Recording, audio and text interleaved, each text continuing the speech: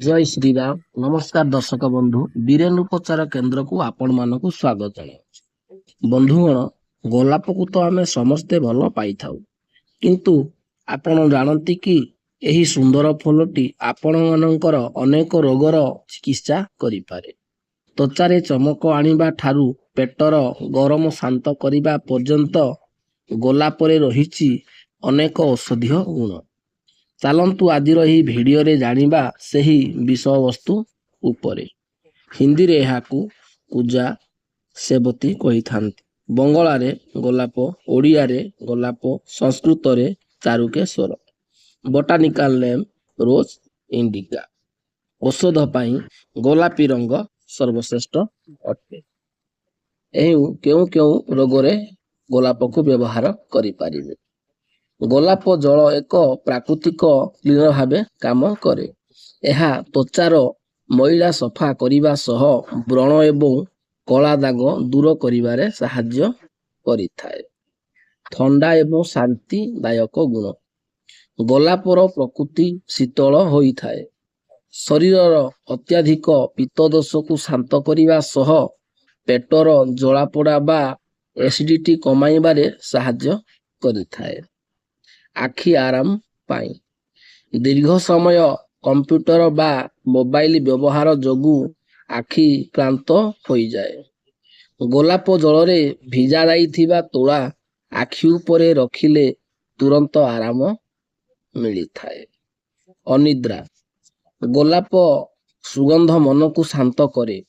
ଗୋଲାପ ପାଖୁଡ଼ା ଚା ପିଇଲେ ମାନସିକ ଚାପ କମିଥାଏ ଏବଂ ଭଲ ନିଦ ହୋଇଥାଏ। ପାଚନ ପ୍ରକ୍ରିୟାରେ ଉନ୍ନତି। ଗୋଲାପ ପାଖୁଡ଼ାରୁ ପ୍ରସ୍ତୁତି ଗ୍ଲୁକୋଜ୍ ଖାଇଲେ ହଜମ ଶକ୍ତି ବୃଦ୍ଧି ପାଏ ଏବଂ କୋଷ୍ଠକାଠିନ୍ୟ ସମସ୍ୟା ମଧ୍ୟ ଦୂର ହୋଇଯାଇଥାଏ। ଘା ଶୁଖିବା। ଗୋଲାପରେ ଆଣ୍ଟି ବ୍ୟାକ୍ଟେରିଆଲ ଏବଂ ଆଣ୍ଟି ଇନଫ୍ଲୋମେଟର ଗୁଣ ରହିଥାଏ, ଯାହା ଶରୀରର ଘା କିମ୍ବା ସଂକ୍ରମଣକୁ ଭଲ କରିବାରେ ବହୁତ ସହାୟକ ହୋଇଥାଏ। ଓଠର କଳାପଣ ଦୂର। ମହୁ ସହିତ ଗୋଲାପ ପାଖୁଡ଼ାର ପେଷ୍ଟ ଓଠରେ ଲଗାଇଲେ ଓଠର କଳାପଣ ଦୂର ହୋଇଥାଏ ଏବଂ ଓଠ ନରମ ହୋଇଥାଏ। ମୁଣ୍ଡ ବ୍ୟଥା। ଗୋଲାପ ପାଖୁଡ଼ା ରସ 2 ଟୋପା କରି ନାକରେ 2 ପୁଡ଼ାରେ ଦିନକୁ ଥରେ କିମ୍ବା 2 ଥର ପକାଇଲେ ମୁଣ୍ଡ ବ୍ୟଥା ଭଲ ହୋଇଯାଇଥାଏ। ରତିଶକ୍ତି ବୃଦ୍ଧି। ଗୋଲାପ ଫୁଲରୁ ବାହାରୁଥିବା ତୈଳ ଯୌନାଙ୍ଗରେ ମାଲିସ କଲେ ପୁରୁଷମାନଙ୍କର ରତିଶକ୍ତି ବୃଦ୍ଧି ପାଇଥାଏ। କଟିଶୂଳ। ଏହି ତୈଳ କଟିରେ ଭଲ ଭାବରେ ମାଲିସ କଲେ କିଛି ଦିନ ପରେ କଟିଶୂଳ ମଧ୍ୟ ଭଲ ହୋଇଯାଇଥାଏ। ମୂତ୍ରକୋଷ। ଗୋଲାପ ମଞ୍ଜି ଚୂର୍ଣ୍ଣ 1 ରୁ 2 ଗ୍ରାମ କରି ଦିନକୁ ଥରେ ଲେଖାଏଁ ସେବନ କଲେ ଅତି ଶୀଘ୍ର ମୂତ୍ରକୋଷ ରୋଗ ଭଲ ହୋଇଥାଏ।